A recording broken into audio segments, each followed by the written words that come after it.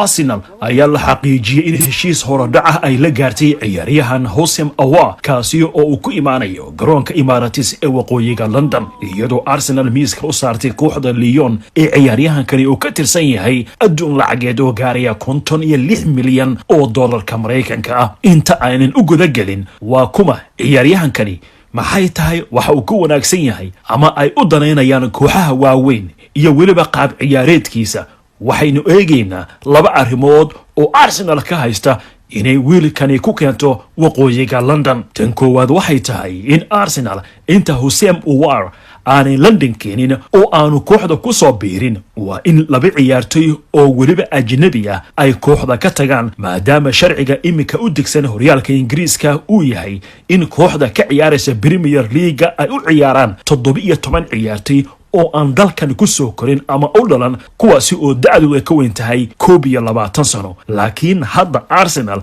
waxa u ciyaara 19 ciyaartoy, taasi oo ay ka macno tahay inay u baahan tahay in laba ciyaartoy ay dirto inta Houssem Aouar ama Thomas Partey midkoodna aanay la soo wareegin. haddii taasi ay dhici lahayd, Allah maxay taasi riyo rumowd u noqon lahayd taageerayaasha Arsenal. arrinta kale waxay tahay in agaasimaha ciyaaraha ay Arsenal idu oo ay saaxiibay yihiin dhigiisa kooxda Lyon Juninho isla markaasna ay isku dalka Brazil ka soo jeedaan oo Lyon u soo bandhigay in Kundusi ay ku soo bedeshaan Houssem Aouar, arrinkaasi oo Lyon ay gaashaanka u dururtay. laakiin hadda wararkii ugu dambeeyay waxay sheegayaan in Arsenal ay bedeshay qorshahaasi oo ay Lyon miiska u saartay 44 milyan oo giniga sterlinka oo ciyaaryahankaasi ay ku soo wadanayso. haddaba waa kuma Houssem Aouar? waa 22 jir ku dhashay magaalada Lyon ee dalka Faransiiska sanadkii 2009 isagoo 11 sano jira ayuu ku biiray akademiyada kooxda Lyon oo markii dambe uu kaga soo biiray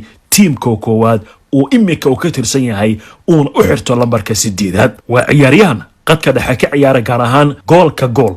Aouar oo asalkiisu ka soo jeedo dalka Algeria wuxuu haatan u haystaa fasax in ciyaaryahankaasi uu ciyaaro dalkaasi. sanadkii 2018 ayaa la soo wariyay inuu ka fakiray in uu qaranka Algeria u safto kadib markii uu la tashi la sameeyay weeraryahankii hore ee kooxda Lyon iminkana u ciyaara kooxda Real Madrid waa Karim Benzema. bishii January 2019 tababaraha xulka Algeria Jamal Beldamel ayaa weydiistay Houssem Aouar inuu u safto kooxda dawacooyinka Saxaraha isagoo u doonayay inuu kala qayb galo ciyaaraha qaaramada Afrika. bishii November 2019 Aouar waxaa looga yeeray xirada tababarka qaranka ee Faransiiska, laakiin waa uu diiday isagoo sheegay inuu qabo dhaawac. si kastaba ha ahaatee 26 bishii Agost ee sanadkan 2020 Houssem Aouar waxa uu qaranka waddanka Faransiiska ka helay dalab ah in uu ka soo qayb galo diyaar garowga ciyaaraha UEFA Nations League, gaar ahaan kulamadii ay kaga hor imaanayeen Sweden iyo Croatia ee dhacay